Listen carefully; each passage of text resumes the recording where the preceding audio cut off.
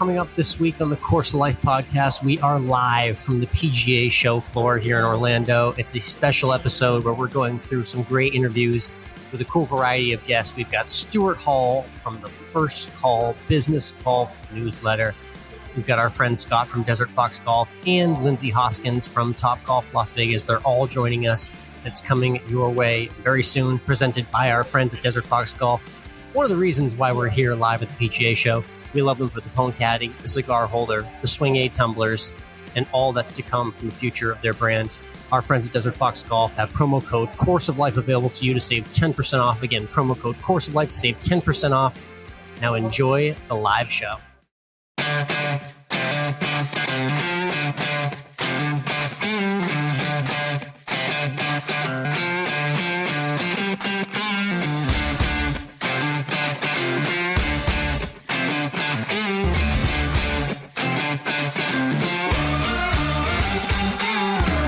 Good to go. Good to go. All right. Coming up on this special episode of the Course of Life podcast, live from the PGA Show floor, we have a great set of guests joining us. Amazing time getting out to the Super Bowl of golf business on the show floor, broadcasting live with the Course of Life podcast here. Alex, and I'm joined by a good friend of mine. He's the senior editor of the First Call. The First Call, very notable golf business newsletter, widespread throughout the community. It's great to have him on just to talk all things golf business, what's going on in the world of golf. We have Stuart Hall joining us. Stuart, how you doing today? I'm good. I'm glad to be back here for like the 20th time. Yeah, you're a vet to this. This is cool. I like that we're live. You can feel the energy of the crowd walking by. It's a good vibe indeed. It is. One thing I will say is that you're a vet. You're not only a veteran of the PGA Show, but you're a veteran of covering the game as well. I think you've been covering the game of golf online since about the birth of the internet. Tell me where your history takes you back. Yeah, I joined in 1999. I was one of the editors for golf.com when it was just getting started. And then one thing led to another. And then just different iterations. And over the last few years, I was working for Morning Read, and now I'm working for the First Call. Very cool. So it started out doing tournament golf, and then eventually it led into the business side of golf. Very neat. Covered 3 Ryder Cups. Can you name them? What Ryder Cups were they? The first one was 1999 at Brookline, and that was that was a great one. Then the one at Medina, when that was the European comeback, which rivaled the American one. The American one was better, 99. And then Hazeltine. And then I've also done 50 USGA championships. I think there are only 3 USGA championships that I have not covered in terms of the actual the incomplete list. What are they? We got to cross these off in the next few years. Maybe, right? Yes, one of them is the Walker Cup. I know that. Then the others, I think one of them is 2 senior amateur events. So I haven't done a 4-ball. So there are 4. So I need to go back and do that. Very cool. Let's talk one current event issue that just hit this week on the show floor. We're talking about the infamous tee throw between Patrick Reed and Rory on the range at Dubai, the DP World Tour event. Just because it's current and trending in the news, your thoughts on the Zapruder film that was released of the infamous tee throw incident? I haven't seen the video, but I have read the stories, and good for Rory. I would have done the same thing. If it's accurate that he got a subpoena on Christmas Eve. He got a subpoena on Christmas Eve. I might not have even been as cordial or non-cordial or whatever. I might have taken it to a different level, but good for Rory. I mean, and his response about if I would have said something, if the roles were reversed, he would have gotten a lawsuit. That's accurate. Patrick Reed just needs to move on. Yeah. All right. So let's talk golf and golf business. Again, Stuart Hall with the First Call here, joining us live on the PGA Show floor for our live episode. Obviously, there's a lot going on with LIV and the PGA Tour in the news. This has been bubbling for a while now. I'm curious, what do you see from a content producer and creating the newsletter? The LIV PGA Tour drama just seems to absolutely gravitate towards you. It encapsulates a lot of energy in the game of golf. What do you make of what's going on right now? It does. I will say that anytime we do any kind of we don't actually cover the Live Tour. We're more of a business industry newsletter. Yeah. But anything that has to do with Live, like let's say, we'll cover like the TV deal, right. for example. That was last week.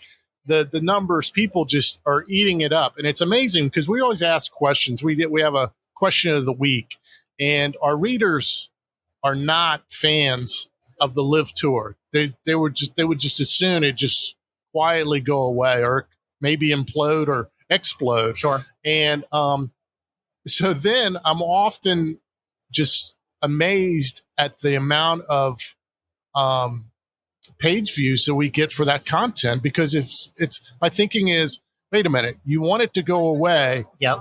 But you're still reading it. But also eagerly interested in every single headline as well. Absolutely. So but we don't care. So we care. So from a media standpoint, and for example, anybody who is covering the Live Tour on a day-to-day basis, that they're just making it's money. Hand over fist. Definitely. I mean, it's clicks, and in this society, that's what you want. One other business phenomenon I've noticed, especially in the equipment space, has to do with kind of what we're doing right now and what we're in, which is the business of golf content. Something kind of revolutionary we're seeing now is we're seeing lots of these creators, YouTubers, influencers getting club deals and endorsement deals that were typically reserved for professionals in previous years. Explain what that evolution looks like now, because this is truly a wild, wild west moment. Where golf content's really coming to the forefront. Correct. I mean, it's just the evolution, like you said. It's the next wave, and people. If I'm an OEM, I want eyeballs on my clubs. I want people to get it out there. And if you're trying to reach younger demographics, they're on YouTube, they're on TikTok, they're on whatever the hot social media platform is, and then that'll change in 6 months as well.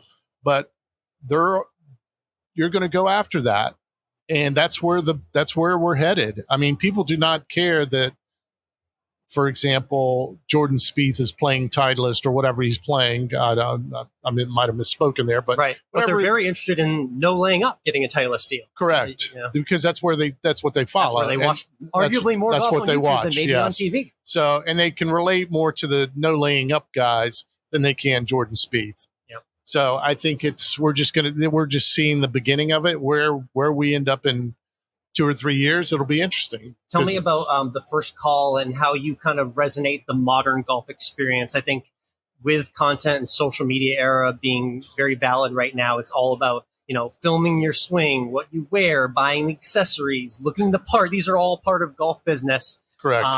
What does the first call do to kind of showcase different brands and the new golf experience? Well, we're just trying to resonate with. It's interesting because I think people are really there are hardcore golfers who are really interested in the golf business. And when I say golf business, I'm talking about the equipment sections, the apparel, the new gadgets. And so we try to focus on that. Architecture is also a big thing. And I know we haven't talked about it, but people love to talk about golf courses, golf course architecture, golf rankings. I mean, so when we sit down to plan for what we are doing editorially, those are the type of things, you have to give the readers what they want. We're not going to do product reviews, but we will give you the latest on what's out there and all that kind of stuff. And then it's just from a business industry side, we try to also complement our coverage with what benefits those within the industry. Like anytime we do superintendent type stories or course related type things. People are very interested in that path and the superintendent greenskeeper angle. I feel like that got overlooked in past years, but now we're seeing exactly what it takes. Yeah, that's another area that when I look at the analytics, if we've done something on a superintendent or something, people just love that stuff. And so it's, we try to we're not a tournament related website, tournament coverage, newsletter, or anything like that. Yes, we will talk about certain things, but mostly we're industry oriented. Well said. Again, it's Stuart Hall joining us. He is the senior editor of The First Call, the golf business newsletter. Be sure to check it out, firstcallgolf.com. Let's get to some quick shot questions here. You've been all over. I'm curious, maybe what's your favorite destination, golf course or resort that you've maybe played in recent years you'd like to shout out? I would have to start. Any list of mine starts with Kiowa. Just from a personal standpoint. The ocean course, did it just eat you alive, or how'd you feel? Oh, yeah. No, it ate me alive. But you had fun.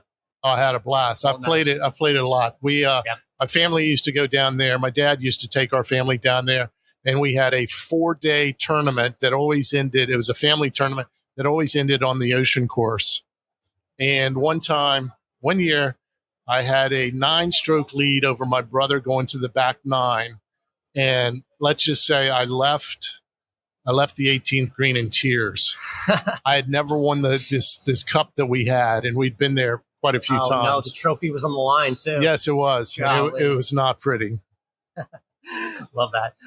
Speaking of the show, what's your vibe here for the PGA Show, and how do you typically like to take this in for someone who's never been here? Are you more of a seminar education panel guy? No, do you like to I'm a walker and see what's going on. I like to walk around. I like to. It's great this year because last year we had a lot of the big boys weren't here because of COVID the previous year. Yeah. So this is the first time in 3 years that we've actually been back. So it's great to see this. And I just like to walk around and, I see a lot of the information that's about the show coming in. And so I have like a little checklist that I like to just go see what it's, what is the hype, what is good, what is not good. But it's just, it's like you're going into a toy store. It is. And you're like, you want to touch something and play this thing or, It truly is a choose your own adventure here. It is. Yeah. Some people go to, I've been here, like I said, probably 20 years, and I might have gone to 5 seminars. I'm just not, that's not my gig. All right. Walk it is. There it is from Stuart. Let's get to some food questions. We love ending with food here. North Carolina, right? Yes. North Carolina barbecue. I don't know much about it. I don't know if I've ever really had North Carolina barbecue. I'm in Texas, the land of Texas barbecue. I know there's a bit of a semi-competitive rivalry between the competitive barbecues. It's all about what, mop and vinegar? Do I have that right? Explain what's going on with North Carolina barbecue specifically. This is. I'm actually from Columbus, Ohio. So, and as a transplant. As a transplant. But I've lived in North Carolina since 76 or 77. You're legit. It's okay. So I do know about the barbecue, and it's basically Eastern North Carolina, which is, I think, is more of the, and I might have this backwards. So more of there's a sauce, red sauce. Right. Yeah. And then there's the vinegar. And I think that's in the Western part. And, people are really divided. It's almost Civil War-ian type, like, things. People get adamant about their barbecue. Yeah. I've had it both ways. I've been all across the state. And I can honestly say that both are good. So I don't see what the big deal is. Very cool. Well, let's wrap with our 19th hole question. Obviously, it's presented by our friends at The First Call. If you do check out The First Call in the weekly newsletter, you will see a really cool 19th hole tidbit from some of our best guests. We love asking this question to everyone, so let's ask it to you, Stuart. When you get in after playing around at the course, it's your favorite clubhouse. What's your go-to order for a meal and a drink in the 19th hole? The meal would probably, I know this is boring, but the meal is actually a crunchy peanut butter sandwich. Interesting. Wait, crunchy, no jelly? Yeah, you could actually put some jelly on it, but not necessarily. Wow. And actually, that's a first. And actually, if I could get it toasted, that's even better. And then the Elvis peanut butter and nana sandwich. You a fan of that? No, I do like bananas on my peanut butter, but it's got to be crunchy. The smooth is not good.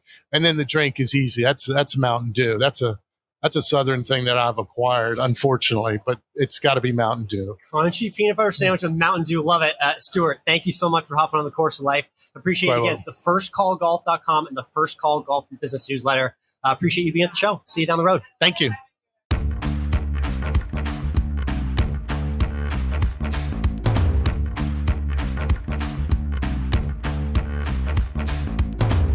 Those conversations at the live PGA show were brought to you by our friends also at Voris Golf. We love the Voris Golf gloves and our Voris family. It's that through touch technology that you can't get enough of that allows you to use your phone on the golf course at the same time while you're playing. It's amazing. You can keep track on those shot and scoring apps easily without having to take your glove off again. Voris Golf, promo code COL18 to save 18% at vorisgolf.com.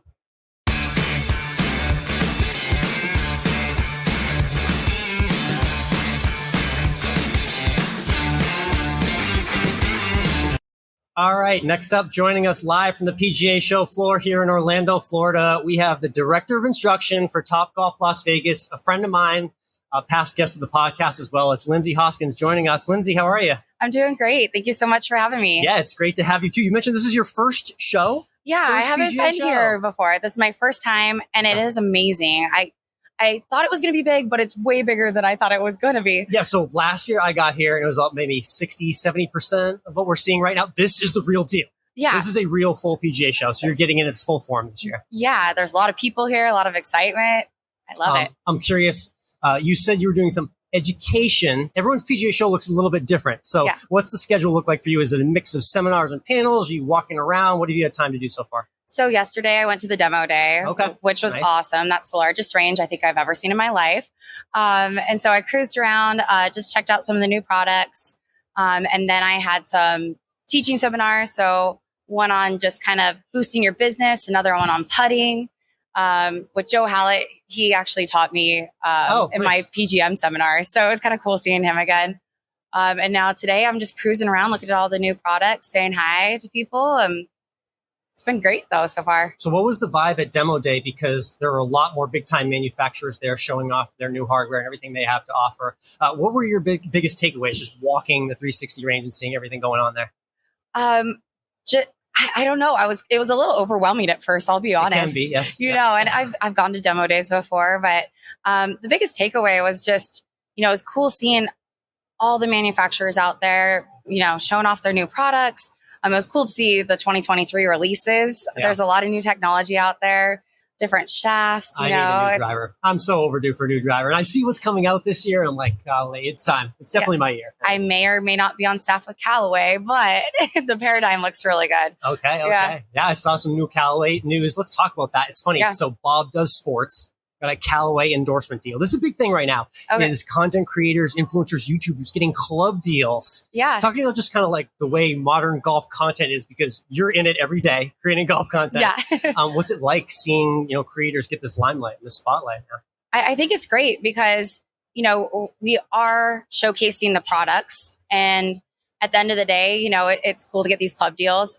Since I'm a PGA pro and I work for Topgolf, that's how I got my staff deal specifically. Well. Yep. But all the other influencers that are, really working hard to showcase these products, I think at the end of the day, if they love what's in their hand, why not showcase it and partner with the company? Absolutely. Again, we're joined here live on the PGA Show floor with Lindsay Hoskins, Director of Instruction at Topgolf Las Vegas. So for anyone who hasn't been to Topgolf Las Vegas, it's definitely a bucket list item for any golfer. Just explain the vibe there for a newcomer or someone who hasn't gotten out to that venue in Vegas yet. So Topgolf Vegas is definitely one of a kind. It's 4 stories. We have our fitting studio downstairs on level 1. So we have all the newest Callaway equipment. Then we also have 2 swimming pools. We have the chairman's suite, which is a private suite where a lot of celebrities like to hang out. And then we have the yard, which is a big TV setup. And then, of course, we have the screens at the end of the range, which a lot of people don't have either there. Nope. That's a rarity indeed. Yeah, I walked myself up to that 4th floor when I was there last summer and checked out those suites. And you're right. There's 2 pools at Topgolf. That's a real thing. There's actually just people who just go to the pool and just chill there and just have a pool day and don't even swim a club. On my first day there, I was like seeing people run around in bathing suits. And I'm like, okay, where am I? Because I came from green grass, so it's really a fun environment. Right. It's really cool. Talk to me about what groups can do when they're coming to visit Vegas. I know you work into this well. Like we've discussed in the past, people don't always think, going to Vegas, let me make sure that golf swing is right. But tell me a little bit about what you can provide to groups or golf trips or buddies trips coming to Vegas. Yeah, so we offer instruction at Topgolf. A lot of people don't even know that we offer instruction at Topgolf. But we do private lessons, group lessons. We even do corporate events. But if you and your buddies come out, and even if you're having a bachelor party and you want to fix your slice or whatever the case might be, you can always hire a golf pro such as myself on the event. And you get to hang out. You can eat, drink. It's still the Topgolf experience, but you get a little help with your game at the same time. Yeah, definitely. It's nice to have that because, I mean, Vegas takes a toll on you. So when you step up to that first tee the next morning, maybe you just want 1 or 2 swing thoughts from your lesson with Lindsay. It could help you out a little bit for the buddy strip, right? We keep it simple, because a lot of people are playing golf the next day that come there. Very cool. So for people who don't know, tell us where Topgolf Las Vegas is situated. It's just off the strip. MGM, correct? Yeah, it's right behind MGM. We have our own parking lot too, which is nice. A lot of people don't know that. Or if you're staying at the MGM, you can just walk right past the pool and get to us. But we're right on Tropicana and Koval. Nice. You live the Vegas life. Follow Lindsay if you don't already on Instagram. She showcases life there. How long have you been in Vegas now? Is it? Well, I went to college there, but I moved back a little over 3 years ago for my current position. Very cool. What's it like day to day? People always ask that question who aren't from the Vegas area. Like, you live in Vegas. What's that like? Explain that to people. I know people are like, how do you live in Vegas? You don't just spend 18 hours in a casino every day, right? I totally, no, I don't. I don't. Yeah. So, when you live there, honestly, you kind of avoid the strip because it's just, congested and, there's strip pricing, which is worth the price tag. It really is. Yes. But, when you live there, you can't be doing that every single day. But, we really just go down there for concerts. I'm a big sports fan, so you probably see all my posts. I'm at the Raiders games and then Golden Knights games. We have great entertainment. So obviously that's a big reason why we'll go down to the strip. But day to day, it's like any normal place. We go to the local restaurant down the street, hang out with friends, go watch games at just a local sports bar. Like we're not always, pulling the lever on the machines. Definitely. It's okay. It's healthy. Regarding Allegiant, what a stadium that is. I just went there this past summer for the Patriots-Raiders preseason game. I know you love going to the Raiders games. Talk to me about the season. Derek Carr, what happened? What happened? What all happened there? I don't know about that season. It wasn't very good. But it's still, they're still growing as a local team. Vegas fans are still kind of trying to get behind them. Yeah. Every game I went to, unfortunately, it was more of a home game for the other team. Lots of visitors because of the destination. Yeah. So I know they're trying to work on the locals, kind of being a little more supportive of the games. And that's why I'd go, I'm actually a Niners fan. But I support the Raiders. I saw you had your second colors on this week. That's right. Yeah. You did have your Niners colors on. So. Yes. But I like to support the local teams and I like to support Vegas because I love living there. And, I want our teams to do well. But at the end of the day, if it was the Raiders versus the Niners, you know what way I'm going. Yeah. I guess I was Niners for sure. Let's talk a little bit about golf in Vegas. I think a lot of people, when they think golf in Vegas, they know about the traditional ones. The courses you can see from your hotel room that are right on the strip, Wind, Shadow Creek, etc. You do a good job of getting out and showcasing a lot more, though. Rhodes Ranch is one that you've mentioned, but just talk about some of your favorite places in the area. Yeah, so Rhodes Ranch is just a local public course. I know the people there really well. I used to work there. I did beverage cart there back in college. So it's just near and dear to my heart. I still love the course. It's always in great shape. It's a little shorter, but it's still really, really fun. So any ability level can go out there and have a great time. But since we do have so many great courses in the area, like I recently went to Shadow Creek this last year. That was a one-of-a-kind experience. Felt like I was at Augusta, to be completely honest. It was just so manicured. Another good course that I love is Rio Seco. Cascada is amazing. There's always the Bighorn Sheep up there. Wait, Cascada is the one where they have an insanely epic cart drive, at the beginning and the end of the round, right? Disneyland of golf, pretty much. You drive in and there's a waterfall to the left and the doors just automatically open. And it's just a wonderful golf experience to get into the course. And then you go to the range and they have, cool golf balls. They have the Bighorn Sheep at the end of the range pretty much every time you go there. And then the TPC courses are great too. So TPC Las Vegas is another one of my faves. Bears Best. I mean, I can just keep naming them if you want me to. Yeah, no, go for days, definitely. Again, It's Lindsay Hoskins joining us here live at the PGA Show. It's the course of life. So just tell me about the game plan for you for these 2 days here. I know you mentioned you're doing some browsing and doing some classes. What's maybe the coolest thing you've seen on the show floor so far as we take a look around? Oh, gosh. There's all sorts of crazy Topgolf simulators. That has definitely been expanded since last year. That's one thing I know has gotten out of control. The Top Tracer range. I mean, that's probably the biggest. That was a good move by them. Good move by Top Tracer. Display here. Yeah. So, I mean, that's huge. It's really cool to see my Topgolf family here too. And then Callaway, they have, the Foresight launch monitors. You can go test out some clubs behind their booth too. So I'm a big clothes girl though too. So I already checked out a lot of the new clothing, said hi to some of my partnerships. I have a few more stops, but really, it's just browsing and everything's amazing. I mean, the technology, some of this new technology with the launch monitors and just even training aids, all kinds of stuff. It's everywhere. It's so ubiquitous here. It's absolutely everywhere. Let's talk a little bit about fashion. I'm glad you brought that up because I think especially the LPGA Tour, women's golf fashions really had a renaissance like in recent years. Yeah. I think you definitely try and highlight that. You show off all sorts of outfits, but just tell me like kind of what's working, what you like about what you've seen from women's golf fashion in recent years. Yeah. So it's expanded a lot. My backstory on this, I started golfing when I was 3 years old. Okay. And I started doing golf tournaments when I was 6, 7 years old.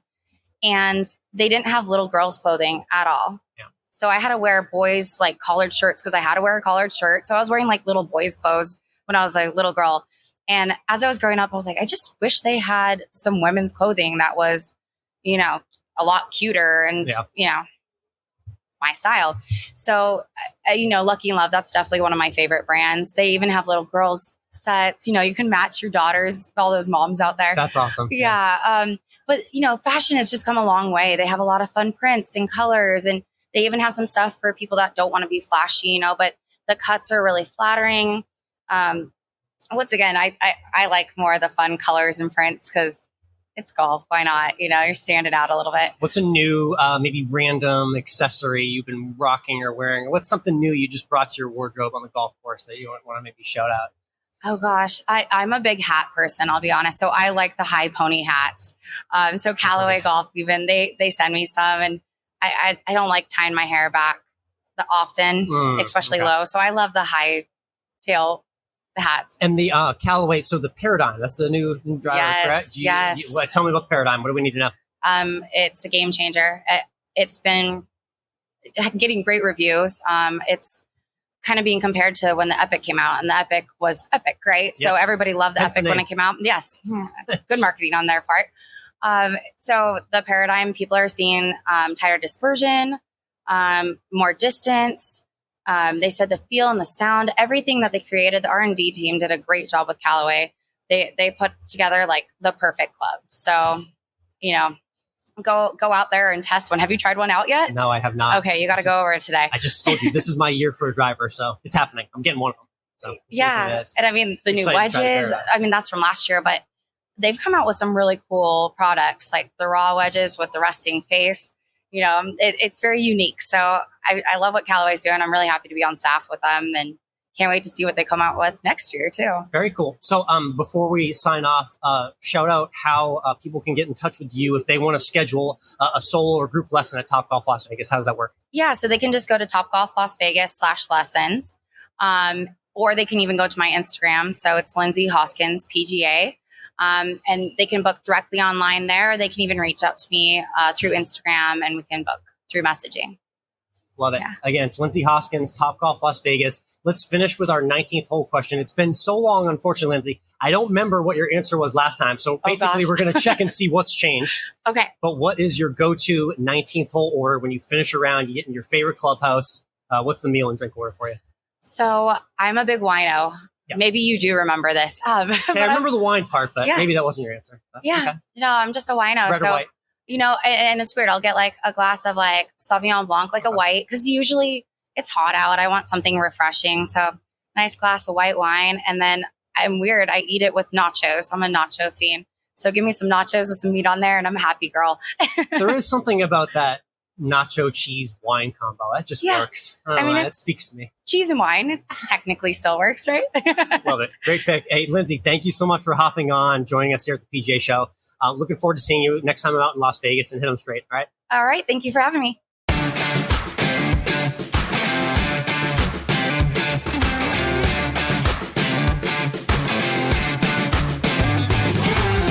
All right, welcome back. It's the Course of Life live at the PGA Show. Our final guest is a good friend of mine and a longtime supporter of our podcast as well.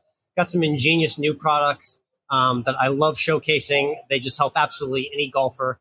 It's Scott from the Desert Fox Golf Team joining us. Scott, how you doing today? Hey, I'm doing great. Thanks for having me over. Yeah, it's great having you. How's the show gone so far? I know you got the booth set up here. What's the reaction so far for the Desert Fox products? It feels like we're back to before COVID. I'm going to throw it out there. A lot more people, a lot more excitement. It's going really well. As you mentioned with the new products, everyone's looking at the cigar holder adapter on the phone caddy. Super exciting. And then all the customization that we're doing with, the booth has a lot of custom logo stuff this year, and a lot of people are pretty excited about it. So far, so good for day one. Very cool. So let's walk people through the iteration of the Desert Fox products and how we got to where we are today, explaining, starting with the phone caddy and getting to the tumbler, cigar holder, and everything that's to come as well. Yep. Yeah. As you know, we were big users of the golf app out there, right? So everything from a GPS, yardage, electronic scoring, that was the impetus for us to decide, hey, we need a better place for our cell phone. So back in 2018, came up with the cell phone holder. It's just kind of grown from there. It's now 6 different colors, which is fantastic. Like I mentioned, we're doing all the customization and the custom logos on it. But now also this year, we ended up adding the cigar holder. So that's brand new. Obviously, you have a cigar, you need a good place for it. So you basically attach it right to the bottom of the cell phone holder. And every phone caddy that was ever made, it's backwards compatible. So we actually had this in mind when we first came up with the product. Hindsight is always 2020. So we're super excited that was something we decided to build into the product. So we're excited about that. And then we also just introduced a push cart adapter. So it's designed now to be able to mount to a round surface. So if you have an umbrella holder and you're a walker, you can now take the phone caddy, cart adapter, and strap that onto the umbrella holder. Yeah, so that's super exciting. I've been trying to make the adjustment to walking more. I even jumped over the fence and got myself a push cart. So now to know I can use the phone caddy universally makes it all the more better. Yep, absolutely. And then last but not least, Swing Aid. Yes. So we got a new line of drink tumblers. It's actually introduced a new brand. It's Desert Fox Products. And then underneath that brand, we have an umbrella called Drink Aid. And so Swing Aid is what we have for the golfers, but it goes beyond that. We have Tennis Aid for the tennis players out there, Sales Aid, Nurse Aid, Ortho Aid, Hunter Aid, Fishing Aid. So we got about 11, 12 different SKUs in total. And it's designed to be a humorous novelty tumbler. So I think, as you know, 60% of the time it works every time. Yep, that's fair enough. That's good enough right from me. Let's talk about the products and what they're all going towards. Every time I look at what you guys create, I just notice it's just a convenience that just slightly enhances the golf experience. You're incrementally enhancing the golf experience and just making it more and more ideal each time. Was that kind of by design to start hitting different aspects of the golf cart and what you're reaching for during the round, or did that all just kind of come one at a time for you guys? No, it's definitely been by design. Eric, who you've met many times, my business partner, Eric Fox, he's a very purpose, driven person who has a good eye for the big picture. So even whenever we built the phone caddy, the idea of having the slot on there, the idea of the customization, that's all been built into that product since day one. And then you look for those natural evolutions. Like we literally freed the drink holder by getting rid of the cell phones, and we needed something to put in it. So the Swing Aid was that natural progression to kind of go into it. But as you mentioned it, we're both golfers. And so we think about it from, would I use this product? Is it something that it actually enhances my game? And if the answer is yes, then we look into it. And then that's where Eric takes it to the next level. And he just makes sure that what he's building, what he's designing, is something that we're proud to put our names on and put it out there. So every little step of the way, we're making sure that it's not just something that you're buying off the shelf, slap your brand on it, and then, turn around and sell it. I'm not saying that's a bad thing for companies to do. There's tons of companies that do that and they make, great money and they're successful. It's just, at Desert Fox Golf, we like to build something that does have that little unique twist, has a story behind it, and it just it makes it easier for us to get excited about it. Definitely. Let's shout out Eric real quick and go behind the business for our listeners for just a moment. And the sacrifice he made last year at the show. Talk about that calamity and how we've turned that around this year for him. Yeah, what a nightmare. Well, you can probably hear me coughing occasionally. I apologize already. But last year, my inside sales manager, customer manager, Logan, and I were coming down to the show. And literally that weekend, he tested positive for COVID. I tested positive for COVID. Perfect timing, yeah. Perfect timing. And so I ping Eric and say, hey, what are you up to next week? And yeah, said, Eric's what's going engineer. On? Hey, you want to come and be a host and salesman for a week? He loves doing this stuff, by the way. He does. And so, so we contacted Eric and said, hey, man, I need you to cover. Stepped up, did an amazing job. He always does. But yeah, this is not what he loves to do. So right now he is not at the PGA Show, and I got to believe he's smiling ear to ear. I can only imagine. He's so happy that he's sitting at home right now. Oh my God, I can't tell you how happy he is. But shout out to Eric and the Desert Fox team. Scott Kovesdy with Desert Fox Golf joining us. Tell me about your goals as a brand here at the show. For anyone else that's got a golf brand they're part of or considering being part of the show, what are you guys looking to accomplish when you have your booth here, and what are the goals for you guys this week? Yeah, I mean, the biggest thing is being here, meeting the people, being a part of the industry, growing the awareness in the brand and the products. Of course, we just launched a bunch of new products. So that was obviously a big reason why we came, was to make sure the people that knew about us saw the new products, and then people that we've never met before get introduced to the whole product line. So that's kind of job one, right? That awareness and being a part of the industry. And then secondarily, it is the opportunity to close with orders, right? This is where the buyers are right now. They're looking for things throughout the year. They are making purchase decisions. So you come here being prepared to take orders and get you set up for the whole first half of the year. Yeah, so a lot of people out there are probably wondering, I don't understand how you guys are selling one phone caddy at a time and staying in business. But there's much more to it beyond that. Let's just first, before we get to the events angle, let's explain the club angle and how you guys sell products to clubs. Yeah, so with respect to clubs, one of the biggest things that a lot of clubs do is they run events. So at those tournaments, they're going to give out tee gifts. And those tee gifts are generally customized. So that is a huge part of the business. You're going to sell anywhere from 100 to 200 of them at a time. And with the customization, it adds a little bit to the ASP. So that's a really nice business to be a part of. And then part of that is they then take a small number of those, call it 20 or 30. Yeah. They're going to add that to their pro shop. So now it's in the pro shop. You have a retail display that's going to sit there all year. That's driving awareness, advertising. And then when they sell those 20 or 30, they're going to reorder. So that part of the business is really how you get in there and you start to build out that momentum. And that's how you get those bigger orders, is by targeting those custom events. Yeah, and speaking of those events too, you see them all over, because we're in the golf content game. We see the landscape that there are just constantly these social media networking-based golf events all over the country. Explain how an event coordinator could utilize the products and get their brand message out as well too. Yeah, no, absolutely. So event coordinators, they basically can contact us, and if they have a client in mind, if they're a professional event coordinator, or if it's, hey, I'm running an event and it's for, my local charity, they basically can contact us at desertfoxgolf.com or sales@desertfox.com. Send us an email. We follow up with all of our pricing information. We do offer volume discounts. So as you order more of these, the price goes down. And then ultimately, we can provide you a full digital proof so you can see what it's going to look like with your logo. That always is good, right? So you take that to the committee, say, hey guys, look what this is going to look like. So we can pull that together for you. Once you have your final numbers, logo is all bought off on, then it's as easy as placing the order. It takes about 3 weeks to finish off a custom order. That includes, 1 week of ground shipping. Turn that around, get it out to your event. And, one of the models that we often encourage people is getting sponsors. So there's a lot of people that are part of an event. You get a sponsor to basically pay for the phone caddy.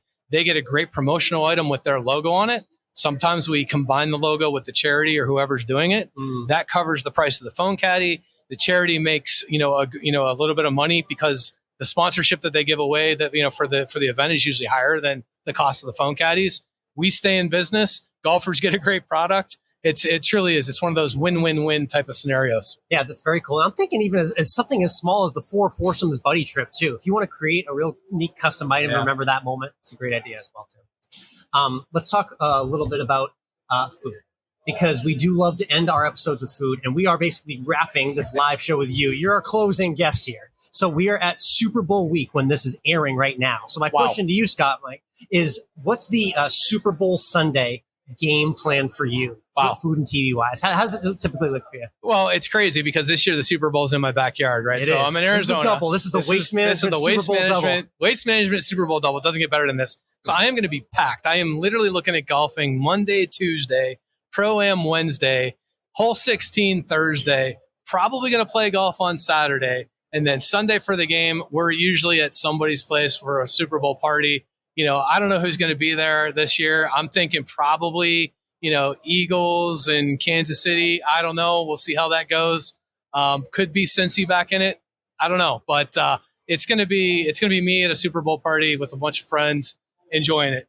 Yeah, that's quite a marathon week for anyone who hasn't done it. I've only done 48 hours there for the Waste Management Super Bowl double. But just explain the energy in the Valley area during that week. It's just like the whole world descends upon. Oh, and that's a normal week, right? That's Waste Management Open Week, right? This is to a whole new level. So Super Bowl and Waste Management there at the same time. I mean, it just explodes. I mean, there's just so many activities. Like I look and there's like party after party after party in Scottsdale and places to go. And, it's food festivals. It's, it's everything. Everybody's doing something during that time frame. Yeah. It's amazing. It's really off the hop. Great part of the country if you haven't been out there just to enjoy it or golf as well, too. Scott, let's wrap up with the 19th hole question for you because you haven't had a chance to answer it yet. You get into your favorite clubhouse. What's your go-to order for a meal and a drink in there? Yeah, it's pretty easy for me. I mean, I'm very simple. Give me the hot dog, hot dog and fries, something super simple. And then my go-to drink is an old fashioned.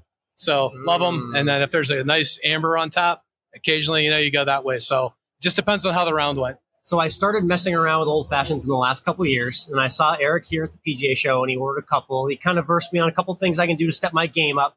I've got the fancy cherries. Nice. I've got the different bitters. Nice. I've got the little wood smoker chips that I'm going to use as soon as I get back from the show. Very good. What do you like to do with your old fashions? Oh, you nailed it. So I have my own little secret sauce recipe.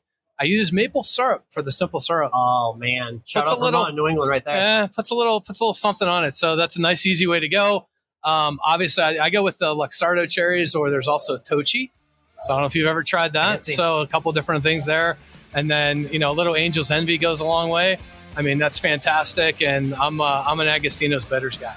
So that's the mix, and the wood fire stuff. It just takes it over the top. Love it. Scott, thanks for joining this episode. Again, it's been a fantastic PGA show. Thank you to everyone for tuning in. We'll see you next week. All right. Thanks, guys.